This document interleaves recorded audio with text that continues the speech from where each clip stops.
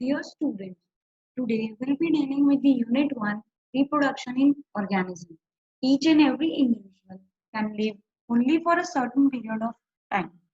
The period from birth to the natural death of an organism represent its lifespan. Lifespan of organism varies from species to species. Now, what defines reproduction? Reproduction is defined as a biological process in which an organism gives rise to young ones similar to itself. The offspring grow, mature, and in turn produce new offspring. Why there is a need for reproduction? Reproduction enables the continuity of species generation after generation based on whether there is participation of one organism or two in the process of reproduction. It is of two types: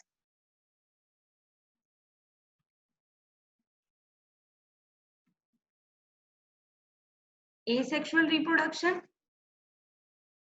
asexual reproduction and sexual reproduction. Asexual reproduction. In this method, a single individual is capable of producing offspring. As a result, the offspring that are produced are not only identical to one another but are also exact copies of their parents. The term clone defines genetically and morphologically similar individual.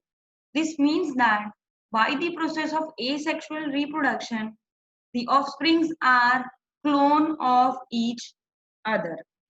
Asexual reproduction is common among single cell organisms and in plants and animals with relatively simple organization.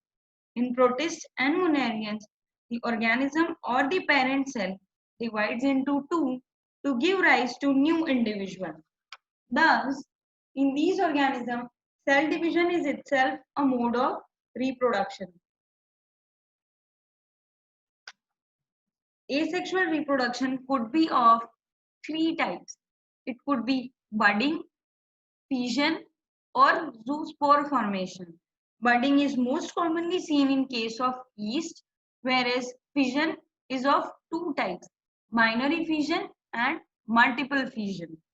Zoospore formation results in the formation of a structure that is called as zoospore, which serves as a mode of asexual reproduction. In case of budding, single cell organism rapidly and divides its nucleus and separate in the form of bud as an separate individual organism. Many single cell organisms reproduce by binary fission, in which a cell divides into two halves and rapidly grows into an adult organism. The division is unequal in case of yeast, and small buds are produced that remain attached initially to the parent cell and eventually get separate and mature into new yeast organism. Members of kingdom fungi or some algae reproduce through special asexual reproductive structures. These structures are called as zoospore formation that are usually microscopic motile structures. Other common asexual reproduction structures are zoospores in case of Chlamydomonas, as you can see in the figure number first, Conidia in case of Penicillium, buds in case of Hydra. This bud develops from the Hydra and ultimately separates out from the parent cell and develop as an individual Hydra organism. And gammules, these small structure are named as gammules, which result in formation of sponges. So we will discuss budding. This parent cell, a bud develops from the parent cell and ultimately these buds detach from the parent and grow as an individual adult. Same in case of binary fission in amoeba, in which the cell of the amoeba elongates, its nucleus divides and result into two equal sized daughter cells. This is called as binary fission, whereas this is defined as budding process. Now, in case of plants, the term asexual reproduction is not used. Instead, the term vegetative reproduction is frequently used. In plants, the unit of vegetative propagation, such as runners, rhizomes, offset, bulb, are all capable of giving rise to a new offspring. These all structures are referred to as vegetative propagules. As you can see, the eye structure on a potato, you can see adventitious roots, adventitious buds, and offsets. Now we'll talk about sexual reproduction. Sexual reproduction involves the formation of male and female gametes either by the same individual or by different individuals of opposite sex. These gametes fuse to form the zygote, which develops to form the new organism. It is an elaborate, complex, and a slow process as compared to asexual reproduction. Because of fusion of male and female gametes, sexual reproduction results in offsprings that are not identical to the parent or among themselves. All organism has to reach a certain stage of growth and maturity in their life before they can reproduce sexually. That period of growth is called as juvenile phase, whereas it is called as vegetative phase in case of plants.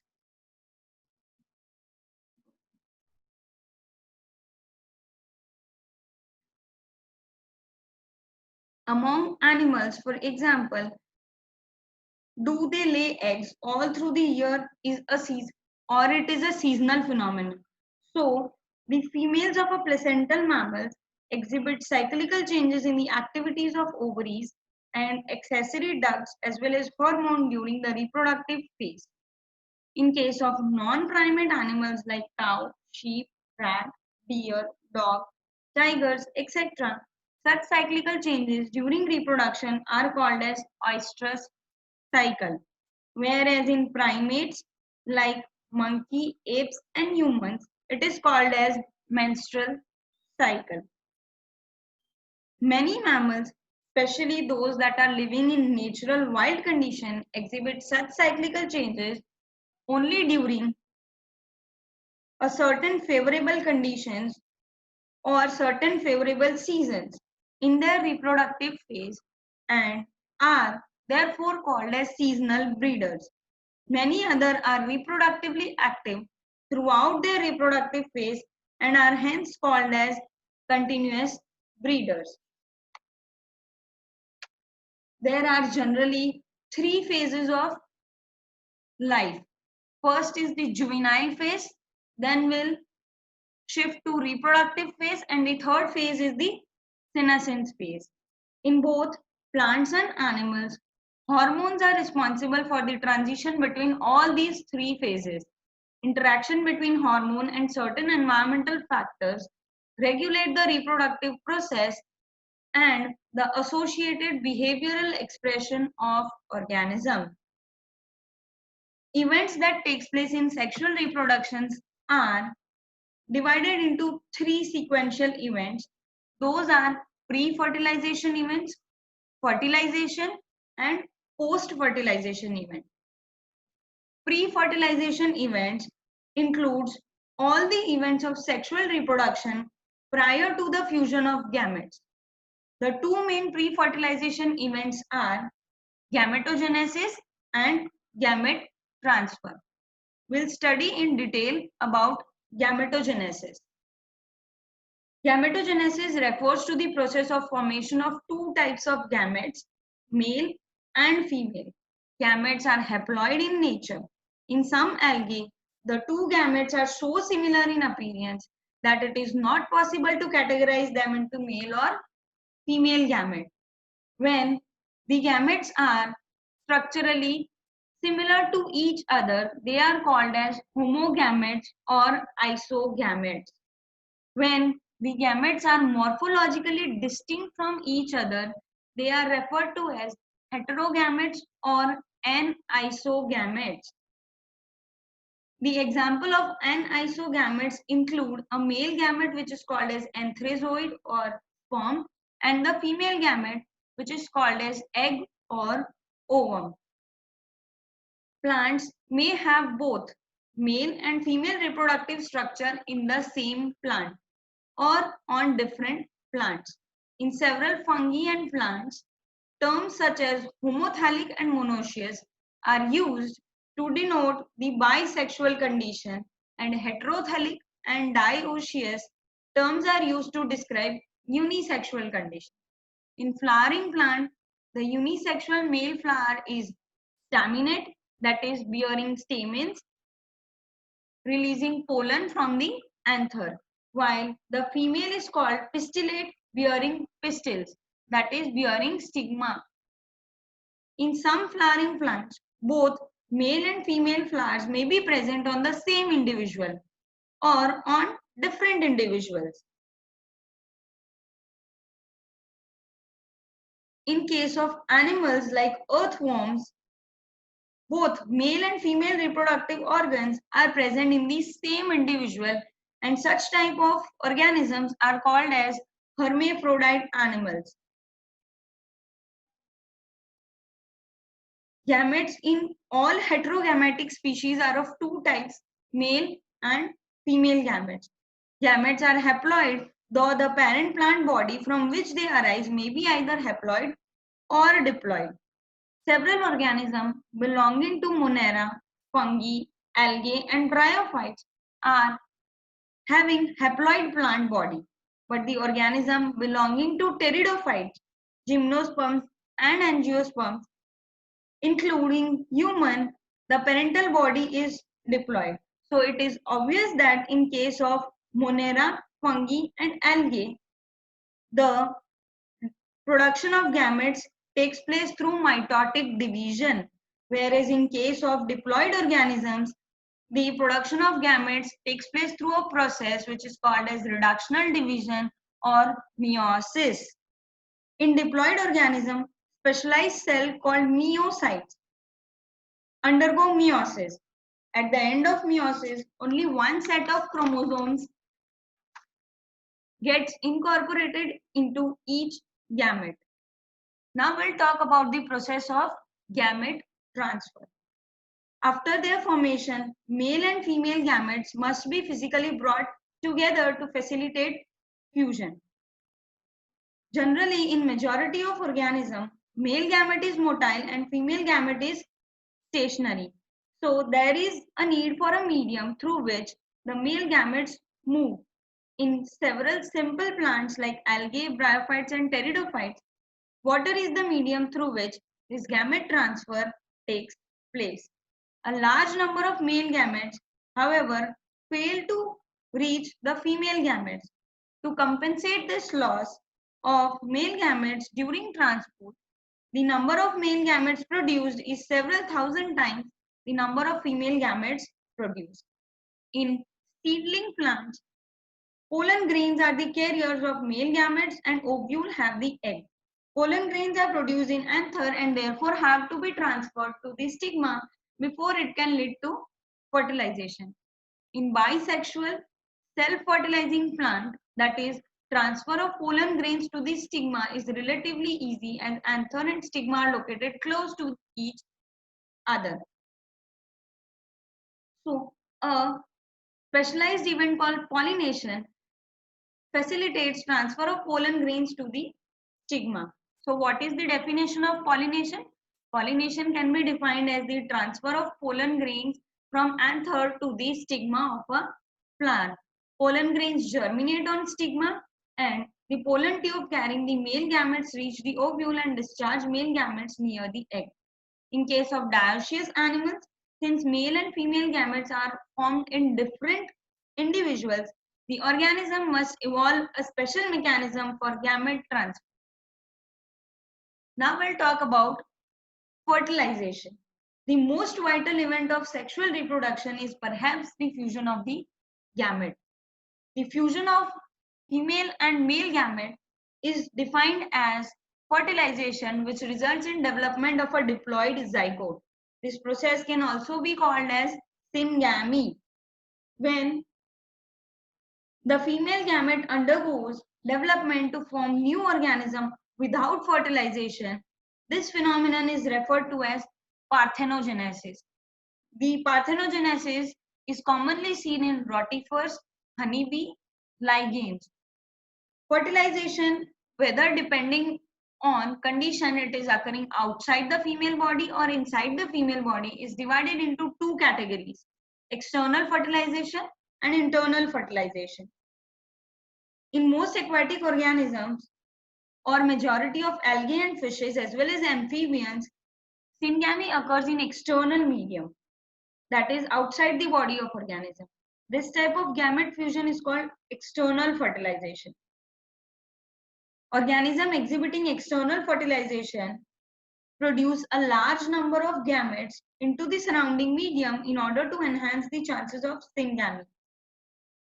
A major disadvantage is that the offsprings are more vulnerable to predator, threatening their survival up to adulthood, and so this is the reason why the organism exhibiting external fertilization produce a large number of gametes, whereas the organisms that are belonging to mammals, plants, reptiles, birds shows syngamy that occurs inside the female body, and hence the process is called as internal fertilization.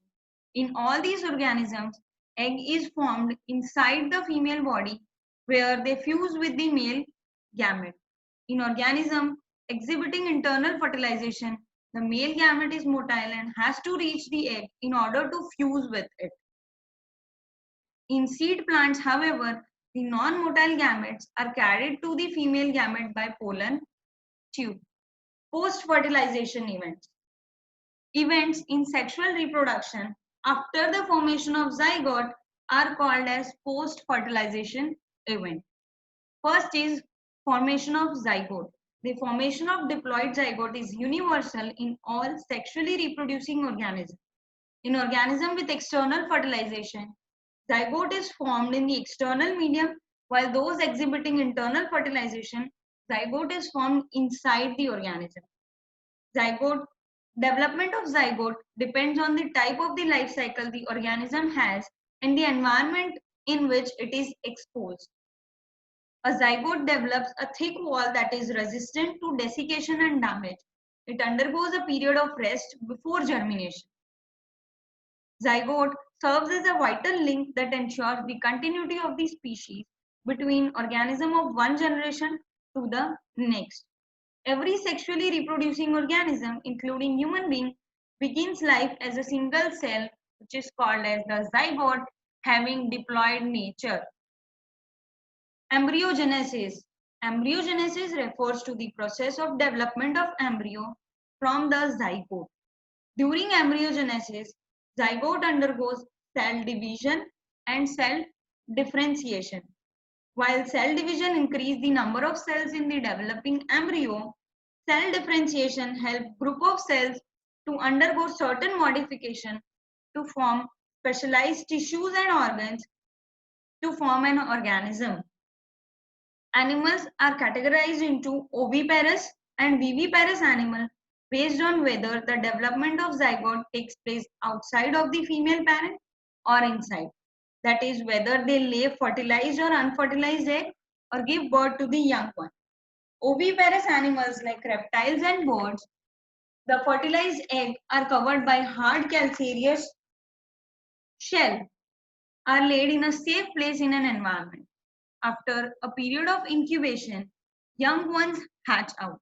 On the other hand, in viviparous animal, the zygote develops into a young one inside the body of a female. Organisms showing viviparous nature are human beings and certain mammals. After attaining a certain stage of growth, the young ones are delivered out of the body of the female organism. Because of proper embryonic care and protection, the chances of survival of the young one is greater in viviparous organism. In flowering plant, the zygote is formed inside the ovum. After fertilization, the sepal, petal, and stamen of the flower wither and fall off. The pistil, however, remains attached to the plant. The zygote then develops into an embryo, the ovule that develops into seed, and ovary develops into fruit, which develops a thick wall called pericarp that is protective in function.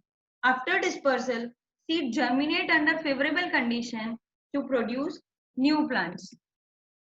So finally, by summarizing, we can say that there are generally two modes of reproduction: asexual reproduction and sexual reproduction.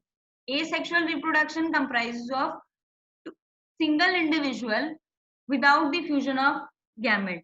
Examples include budding, zoospore formation, and fission. Whereas sexual reproduction involves either two individuals of different sex or of the same sex, involving the fusion of gametes and formation of zygote. Sexual reproduction is divided into three stages: pre-fertilization events, fertilization, and post-fertilization events. Pre-fertilization events comprises of gametogenesis, that is formation of gametes, and gamete transfer. Fertilization can be of internal fertilization, external fertilization, or parthenogenesis. Post-fertilization events include the formation of diploid zygote and embryogenesis. So, this was all about reproduction in organism. Thank you for watching the video. I hope this video will help you a lot. Thank you.